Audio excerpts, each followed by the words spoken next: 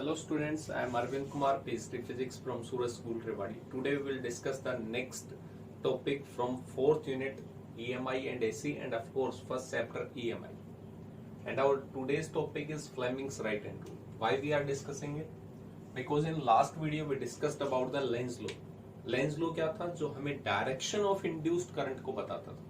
अब हर जगह हमने लेंज लॉ पढ़ा था, वो खुद जो करंट इंड्यूस्ड होगा that opposes its own cause of production, कि किसकी वजह से प्रोड्यूस हो रहा था उसी को अपोज करता है.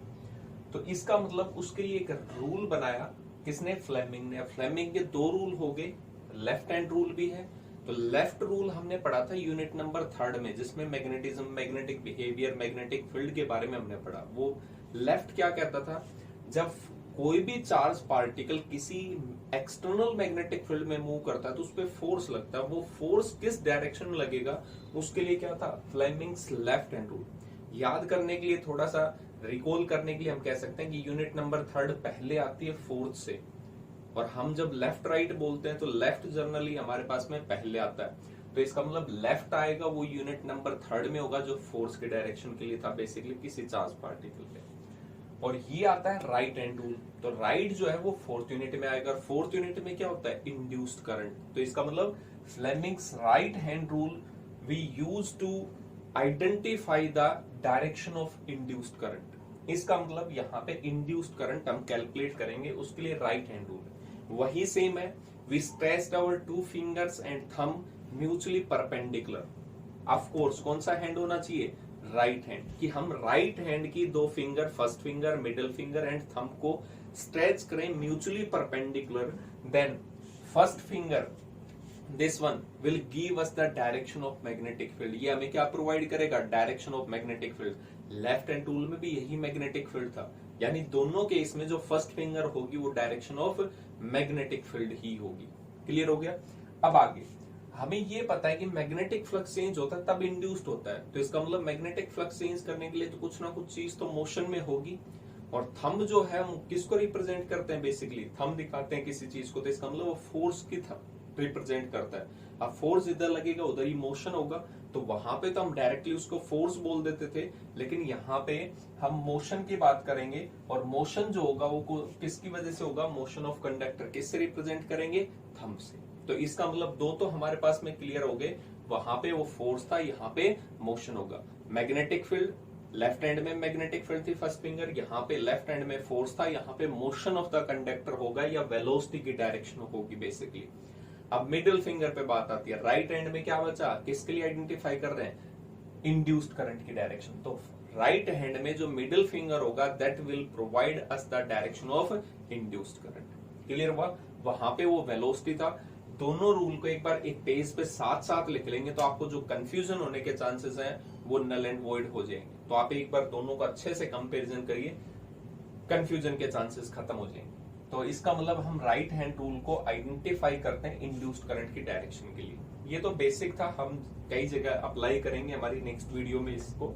लेकिन इसके साथ में हम कुछ एग्जाम्पल ट्राई करते हैं लेंज लॉ के, जो बहुत इंपॉर्टेंट है, बुक में बार बार से पूछे जाते हैं, हमारे सीबीएसई में आने के चांसेस भी ज्यादा होते हैं. Example based on Lenz law. हमारे यूटीज वगैरह जो होते हैं उसमें भी काफी हद तक ये पूछे जाते हैं. डायरेक्शन बताओ इंड्यूस्ड करंट की क्या होगी.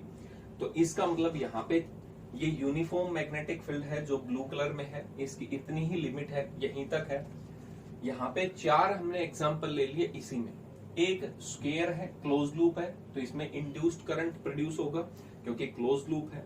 यहाँ पे भी होगा. एक ओपन का भी हम देखेंगे क्या इफेक्ट होता है, यहाँ पे भी देखेंगे, इसमें भी. तो हमने 4 शेप ले ली. एक स्क्वायर है, एक रेक्टेंगुलर है, एक ट्रायंगल है और एक इर्रेगुलर शेप है.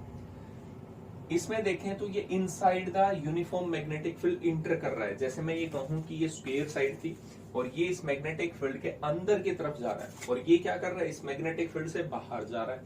ये इनसाइड में या आउटसाइड में, दो ही केस हो सकते हैं. अगर कोई इसी के अंदर रहे तो क्या उसमें मैग्नेटिक फ्लक्स चेंज होगा? उसमें number of magnetic field lines उतनी ही क्रॉस होती रहेंगी जब तक वो चेंज नहीं करेगा. तो इसका मतलब उसमें इंड्यूस्ड करंट 0 होगा. अब बात करते हैं इसकी, देखते हैं. यहाँ पे ये लूप इनसाइड में आ रही है, हमें डायरेक्शन नहीं पता, हमें सिर्फ लेंज लॉ पता है. और लेंज लॉ क्या कहता है कि जो डायरेक्शन होगी इंड्यूस्ड करंट की डायरेक्शन ऑफ इंड्यूस करंट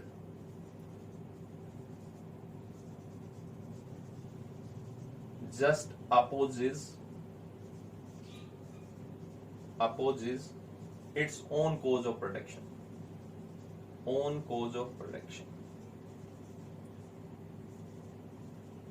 कि जिसकी वजह से वो प्रोड्यूस हो रहा है उसी को अपोज करेगा। हमें लेंज लॉ का ये पता था। अब यहाँ पे तो ये भी नहीं अप्लाई करवा सकते, हमें इतना पता ही नहीं है, फिर भी देखेंगे इसको ट्राई करके थोड़ा सा।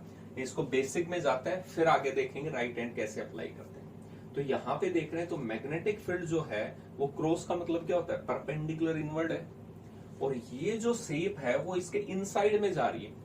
तो इसका मतलब क्या होगा, जैसे ये शेप इसके इनसाइड में जाएगी, इसके अंदर से जो number of magnetic field lines होंगी वो ज्यादा क्रॉस करना स्टार्ट करेंगे। जैसे अभी सिर्फ ये हाफ था, और आगे ले जाएंगे तो इस एरिया से ज्यादा number of magnetic field lines cross होंगी।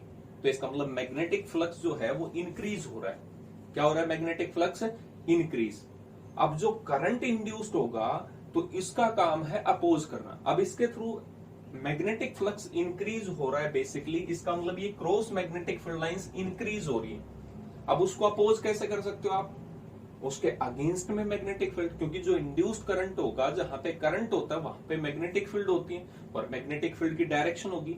अब जो इंड्यूस्ड डायरेक्शन होगी वो क्या करेगा, उसको अपोज करेगा, किसको, जिसकी वजह से प्रोड्यूस हो रहा है। तो यहाँ पे ये चेंज हो रहा था मैग्नेटिक फ्लक्स, बेसिकली ये नंबर ऑफ क्रॉस जो है वो इसके अंदर इंक्रीज होते जा रहे हैं। तो जो करंट इंड्यूस्ड होगा वो उसको अपोज करेगा, बढ़ने से रोकेगा। अब रोक कैसे सकता है, बेसिकली उसके अपोजिट डायरेक्शन में मैग्नेटिक फील्ड जनरेट करके। इसका मतलब क्रॉस का उल्टा क्या होगा यहाँ पे, डॉट, और डॉट क्या होता है, परपेंडिकुलर आउटवर्ड।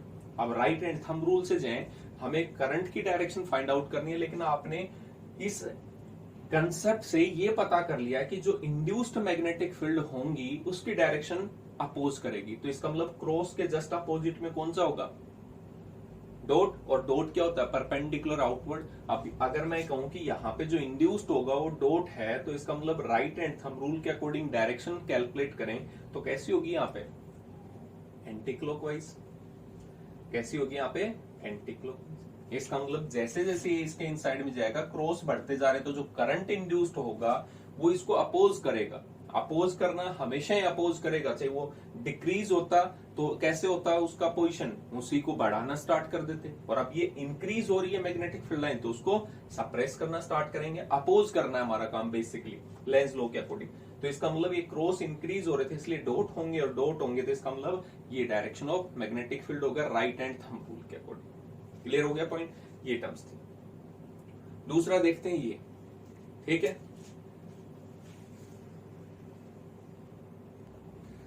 नेक्स्ट देखते हैं इसमें सेकंड। इस केस में क्या होगा बेसिकली कि ये आउटसाइड में जा रहा है। यहाँ पे आप of course Fleming right hand rule पे अप्लाई कर सकते हैं, लेकिन वो थोड़ा सा कंफ्यूजिंग नेचर का होता है। मैं यहाँ पे एक छोटा सा पोर्शन लेता हूँ इस लूप का, इसमें अगर डायरेक्शन पता चल जाएगी तो वही तो डायरेक्शन रहेगी। तो मैं इसमें कंडक्टर का एक छोटा सा पोर्शन लेता हूँ, यहां से यहां तक। इसमें मैग्नेटिक फील्ड की डायरेक्शन हमें पता है, परपेंडिकुलर इनवर्ड है, परपेंडिकुलर इनवर्ड। ये मोशन में किधर जा रहा है, राइट हैंड साइड में। तो इसका मतलब मुझे ये डायरेक्शन पता थी, magnetic field right hand, motion किधर था, राइट साइड में। तो थंब जो है मैंने राइट साइड में लिया, तो जो मेरी मिडिल फिंगर होगी वो किधर जा रही है, अपवर्ड डायरेक्शन में। तो यहाँ पे इंड्यूस्ड करंट की डायरेक्शन कैसे होगी, अपवर्ड में। यहाँ से अपवर्ड है तो इसका मतलब ये तो क्लोज लूप है, एक ही तो डायरेक्शन होगी, तो इसका मतलब हम राइट हैंड थंब रूल से भी आइडेंटिफाई करते हैं। लेकिन मैंने पहले बताया वो थोड़ा सा कंफ्यूजिंग है, यहाँ पे इस कंसेप्ट से ज्यादा इजी रहेगा, एक बार आप प्रैक्टिस करोगे तो। अब सेकेंड एग्जाम्पल लेते हैं। इसमें हमारे पास में ये जो स्ट्रक्चर है, लूप जो है वो आउटसाइड जा रही है मैग्नेटिक फील्ड। इसका मतलब इसमें मैं ये कहूं कि ये लूप जो है मैग्नेटिक फील्ड से बाहर जा रही, तो इसका मतलब पहले तो इसमें पूरे मैग्नेटिक फील्ड थी, फिर हाफ में होंगी, फिर और कम।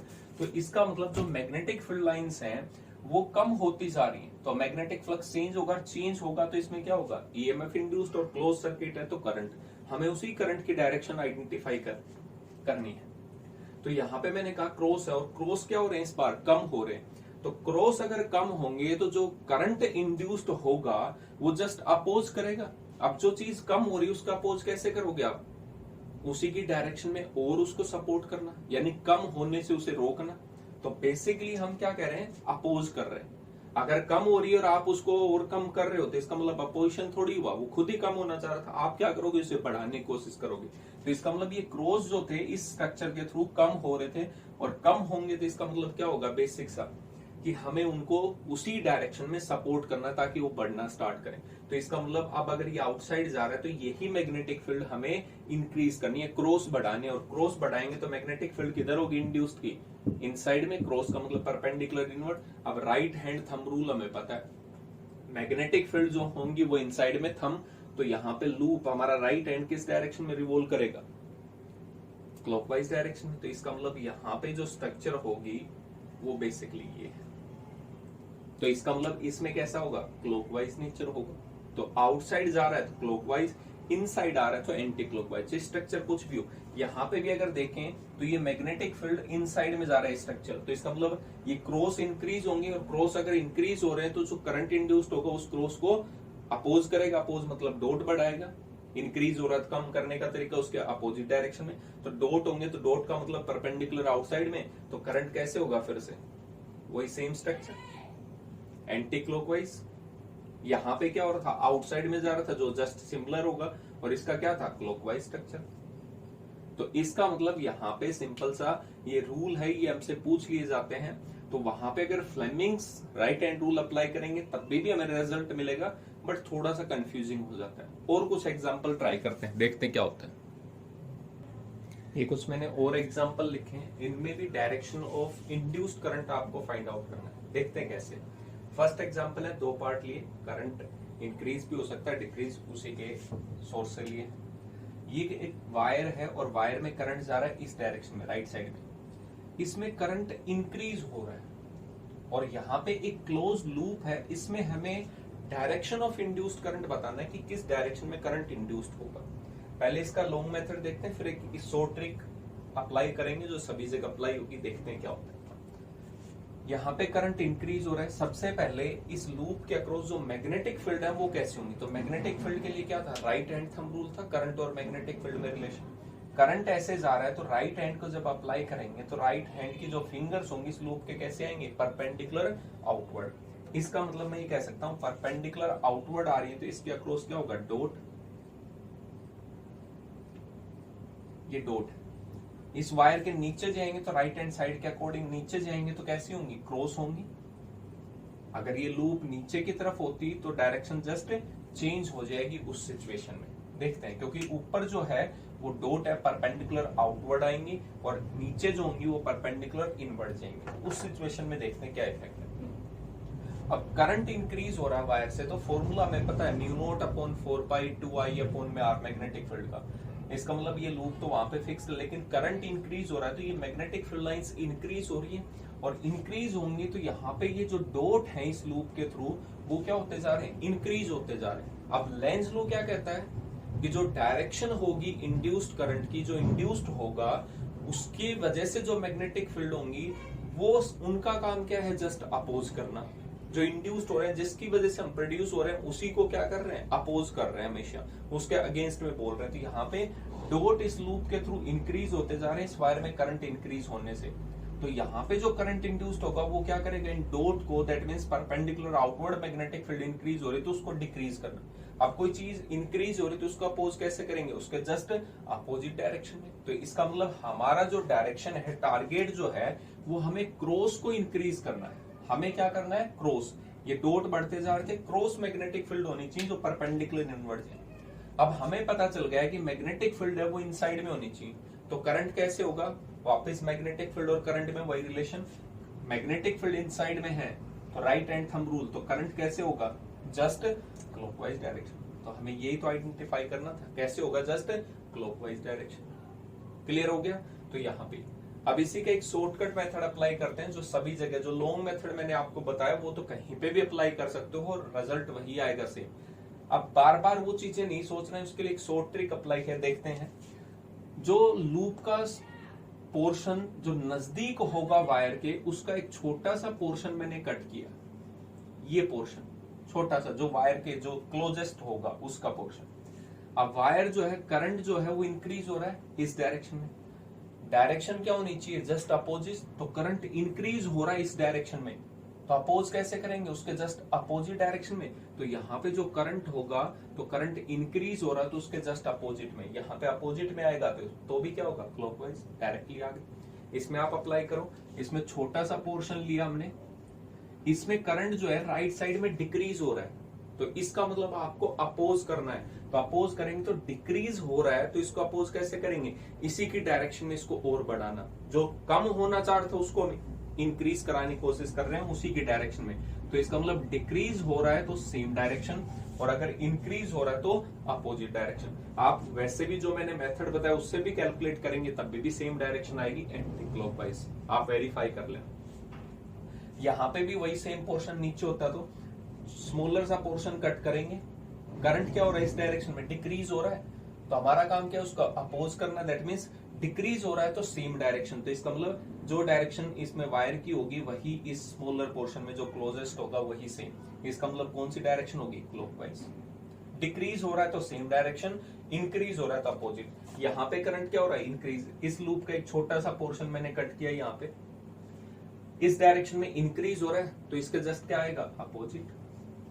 अपोजिट आ गया, इसका मतलब इंक्रीज हो रहा है तो अपोजिट डायरेक्शन में, डिक्रीज हो रहा है तो सेम डायरेक्शन। यहाँ पे भी देखते हैं वही केस, स्मॉलर पोर्शन था, इस स्मॉलर पोर्शन का जो क्लोजेस्ट पोर्शन होगा उसके नजदीक करंट क्या हो रहा था, इंक्रीज हो रहा है इस डायरेक्शन में। हमें क्या करना है, इंक्रीज हो रहा है तो अपोजिट। तो वायर में करंट ऊपर जा रहा था, हमें क्या करना है, इसको जस्ट अपोजिट, डिक्रीज। इसका मतलब ये कैसा हो जाएगा, एंटी क्लॉकवाइज डायरेक्शन। तो इस तरीके से इन केसेस में हमें छोटी सी ट्रिक याद आ जाती है और उसकी वजह से हम कैलकुलेट कर लेते हैं। अदरवाइज जो पहले वाला मेथड था उसी के बेसिस पे सारा शॉर्ट ट्रिक आया है। ठीक है, एक बार बार एग्जांपल पूछा जाता है, मोस्ट इंपोर्टेंट एग्जांपल है वो देखते हैं। कहता है कि कैपेसिटर है, कैपेसिटर में दो प्लेट होती हैं, ए और बी आपको नाम दिया, वो आपस में कनेक्टेड है और एक साइड से ये मैग्नेट लेके आते हैं, एक साइड से ये मैग्नेट। कहता है what will be the polarity of plate A and B.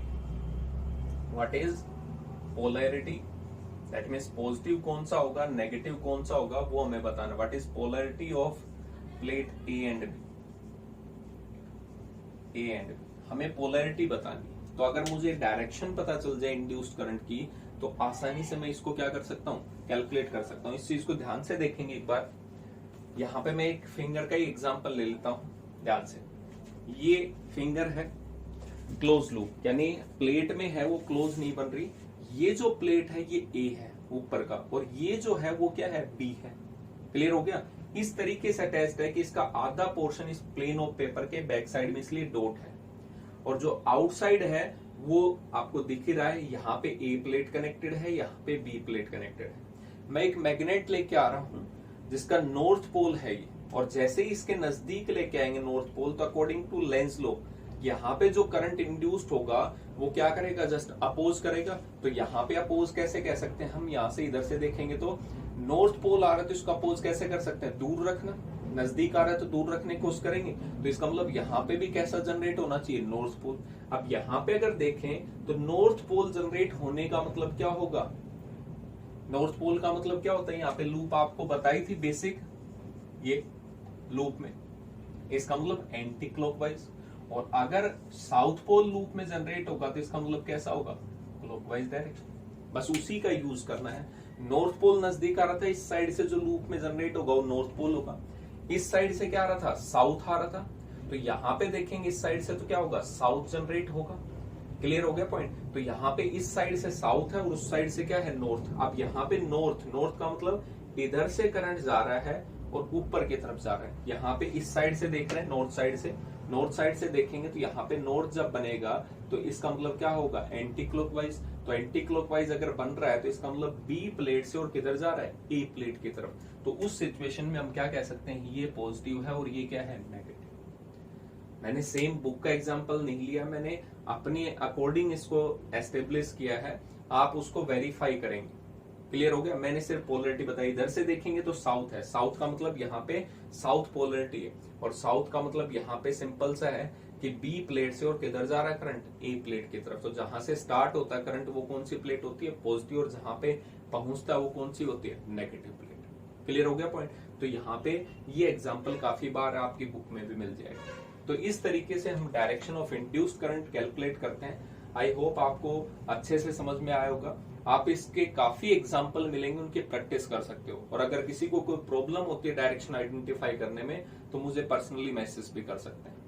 ठीक है, किसी के डाउट हो तो वैसे ग्रुप में बता देंगे या पर्सनली मेरे पास मैसेज कर देंगे। Thank you.